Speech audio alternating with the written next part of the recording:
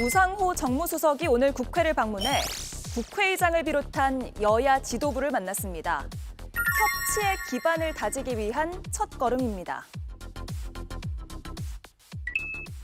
그냥 좋아서 예, 초선 의원이었어요. 국정농단에 따른 탄핵이 있었는데 그때 원내대표가 되셔서 주권이 국민에게 있다는 것과 그리고 탄핵을 성공적으로 수행해내셨던 우상호 네 우리 원내대표님을 보면서 우리 우상호 정무수석님의 그 판단과 먼저 가셨던 길을 많이 참고했다. 제가 원내대표 때 초선이었어서 로퇴한다고 그래서 이렇게 많은 의원들 격려하기 위한 노래도 부르신 것도 되게 감동적으로 봤었는데, 이제 제가 1기 탄핵 원내대표였다면 2기 탄핵 대표로서 저보다 더 훌륭하게 일을 마무리해 주셔서 정말 감동만 받았다, 이런 말씀 드리겠습니다. 우 수석은 친정에 와서 좋다면서 소통을 강조한 대통령의 뜻을 전했습니다. 대한민국의 거의 모든 일들은 결국 국회를 통과해야 되고, 국회를 통과하기 위해서는 여당의 협력이 무엇보다 중요하다는 점, 여당과의 소통에 최선을 다해달라, 이런 주문이 있었고요. 그래서 김용태 국민의힘 비대위원장을 만나서도 야당과의 소통을 강조했는데요. 김 위원장은 이 자리에서 세 가지 문제, 즉 민주당이 발의한 재판중지법과 헌법재판관 인사 문제, 또 추경 방식 등을 놓고 비판을 제기했습니다. 우상호 수석은 이 또한 가감없이 전달하겠다고 화답했습니다. 그러면서 어려운 조건에서 당을 수습하기 위해 노력하는 모습을 높이 평가한다고 치켜세웠습니다. 네, 우상호 정무수석이 대통령의 협치 메시지를 들고 국회를 찾았습니다. 앞서 민주당 지도부를 만난 모습을 주로 봤고요. 오후 4시에는 국민의힘 김용태 비대위원장을 만났는데 그 장면도 준비했습니다. 보겠습니다. 지금의 정치 상황은 협치보다는 대치에 가깝습니다. 그럼에도 국민의힘은 정부가 국민을 위한 일을 하겠다면 언제든 협조할 준비가 되어 있습니다. 수석님, 정치는 말로 하는 것이지만 책임은 결과로 남습니다. 정권은 바뀔 수 있어도 헌법 정신이 바뀌어서는 안 됩니다. 법 위에 선 권력은 오래가지 못합니다. 정무수석의 역할은 이런 민심 또 야당의 의견까지를 포함해서 여과 없이 대통령에게 전달하는 것이 제 임무라고 생각하고 있고요. 지금 어려운 조건에서 당을 수습하기 위해 노력하시는 모습에 대해서도 그 능력과 또 노력들에 대해서도 굉장히 높이 평가합니다. 예, 자, 우상호 정무수석 인선에 대한 다양한 평가들이 나오고 있는데 네 분 한 말씀씩 좀 들어볼게요. 협치를 할 수 있는, 또 강화할 수 있는 적임자입니까, 아닙니까? 가장 오래 보신 김정 의원님. 저는 우상호 정무수석 인사가 지금 이재명 대통령 첫 인선이라고 해야 될까요? 상당히 호평받는 그런 발탁이었다고 생각합니다. 네. 특히 사실 따지고 보면 정무수석의 갈 소위 급은 아니다. 조금 더 높은 어떤 비서실장이나 내지는 더 높은 자리에도 충분히 갈 수 있는 영향이 있는 정치 인사다. 경험이 그렇죠. 오래됐으니까요. 네, 상당히 중량감 있는 인사인데 정무수석에 발탁한 것이 이재명 대통령의 어떤 통합이나 협치의 의지를 읽을 수 있는 인사였다라는 상당히 국민의힘 내부에서도 호평이 많더라고요. 그런 점에서 매우 적합한 인사였다라고 생각하고요. 특히 이재명 대통령이 후보로 당선되고 나서부터 지금까지 계속해서 통합을 강조해 왔고 또 협치가 필요하다라는 점을 계속 강조해 왔는데 취임 첫날에 비빔밥 오찬을 여야 대표들과 함께 하면서 누구도 예상치 못한 그런 오찬이었는데 자주 만나자 또 이런 얘기를 건네기도 했고요. 저는 또 그다음에 한 이틀인가 있다가 김문수 후보와 또 안부 전화했던 것도 굉장히 평가를 하고 싶어요. 예. 그 이어서 우상호 정무수석을 통해서 저는 말로만이 아닌 어떤 통합의 실천, 또 협치, 또 야당의 어떤 의견도 거르지 않고 여과 없이 듣고 전달하는 그런 수석이 되겠다고 했는데 바로 이제 그런 점이 대통령의 어떤 통합의 의지를 보여주는 그런 수석 인사였고 그런 행보가 아닌가 이렇게 평가합니다. 저는 충분히 아마 그 역할을 해낼 수 있을 거라고 생각하고요. 그동안 지난 정권에서 막 국회에 대해서 너무 그 소통 없이 보내는 바람에 일이 여기까지 온 게 아닌가라는 생각이 들기 때문에 우상호 정무수석의 역할이 굉장히 크고요.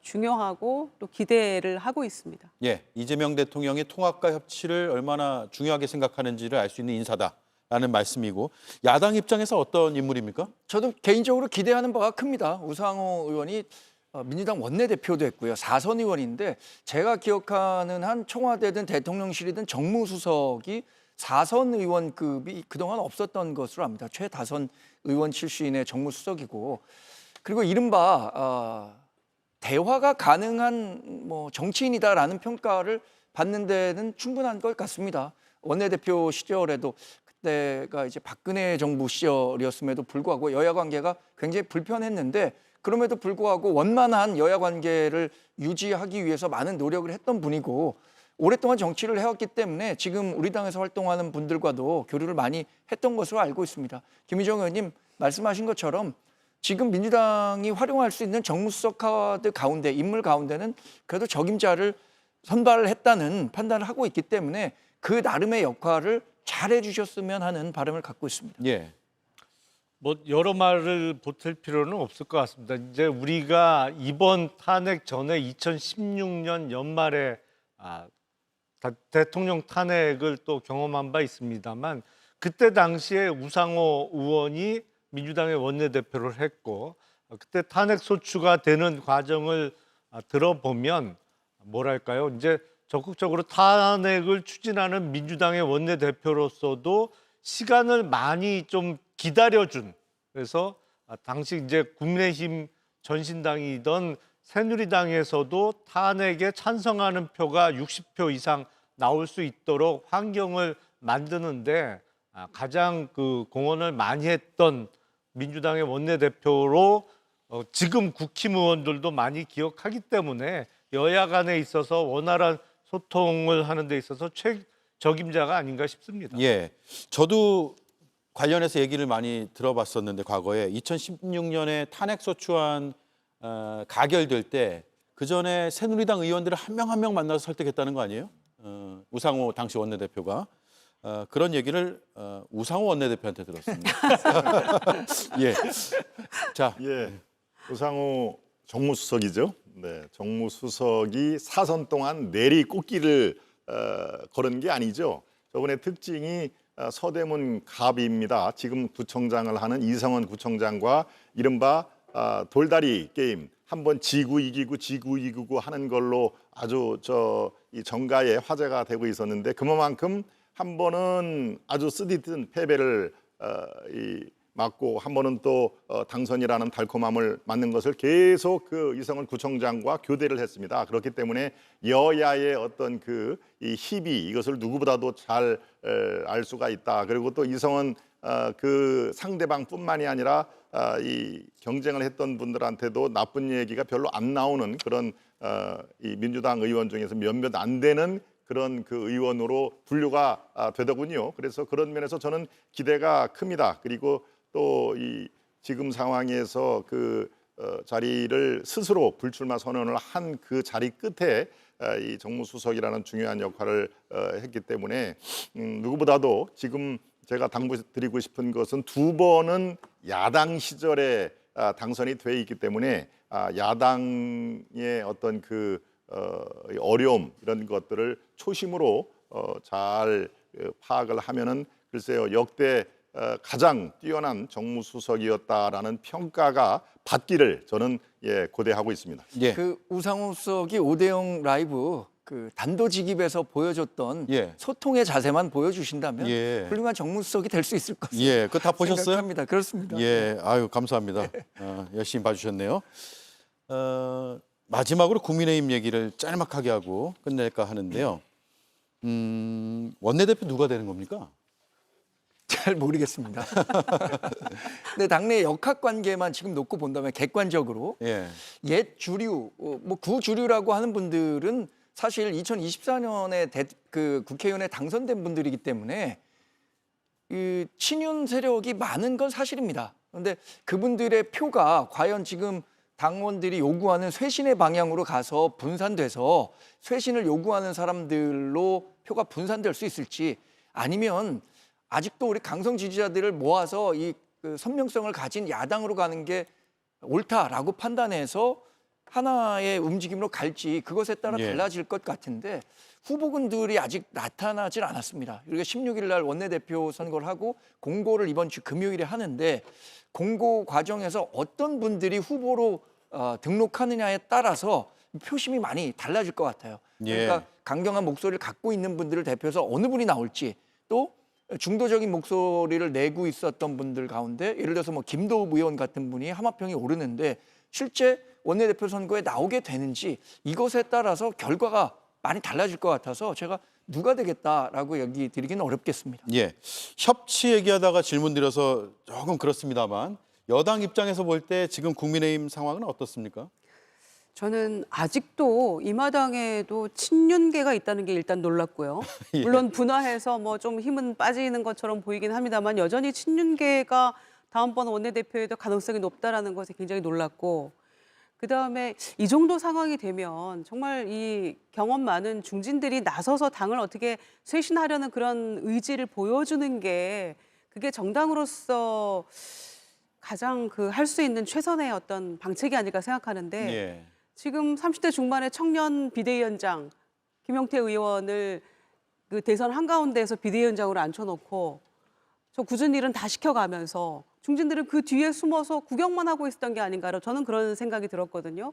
그리고 적어도 쇄신과 개혁의 의지가 있다면 김용태 위원장이 제시한 5가지, 그중에 몇 가지라도 조금 어제 의총을 통해서 결론을 내야 되는 거 아니겠어요? 예. 그런데 정말 그 남의 일인 것처럼, 그리고 그 청년 정치인을 거의 무슨 소모품처럼 저렇게 그 소모하는 그런 모습도 굉장히 보기 좋지 않았고요. 아직도 멀었구나라는 생각이 들고, 진단이 좀 제대로 정확히 되어야만 올바른 처방도 뒤따를 수 있는 것인데, 지금 아직도 무엇이 잘못인지, 뭘 쇄신하고 반성해야 되는지에 대해서 전혀 그런 준비가 안 돼 있는 것 같아서 굉장히 안타까운 모습입니다. 다음번 원내대표가 거의 모든 걸 좌우하게 되는 그런 상황이 올 것 같아서 많이 안타깝죠. 예. 반론 들어볼까요? 네. 조금 전에 우리 시청자 여러분 보신 저 화면이 바로 조금 전에 김용태 비대위원장과 당협위원장들의 간담회 모습입니다. 저도 지금 저 자리에 있다가 이 방송 시간 맞춰서 중간에 나왔습니다만은 아주 이 치열한 그런 토론이 이어졌습니다. 지금 비대위원장이 오늘 한 얘기 중에서 저는 지금이라도 당장, 오늘이라도 당장 그만둬라 하면은 그만둘 수가 있다. 예. 하루하루 이렇게 임기 채우는 거가 의미가 없다라고 생각을 한다. 단지 5개의 개혁안을 내놓은 상태에서 이 개혁안이 성공이 되기 위해서 자리에 있을 때까지는 내가 최선을 다하겠다. 그리고 이 개혁안이 지금 이제 9월 초까지 전당대회를 하는 걸로 개혁안에 나와 있지 않습니까? 그때까지 이 개혁안에 성공을 하는데 밑거름을 계속 주라고 얘기를 하면은 그렇게 할 것이요.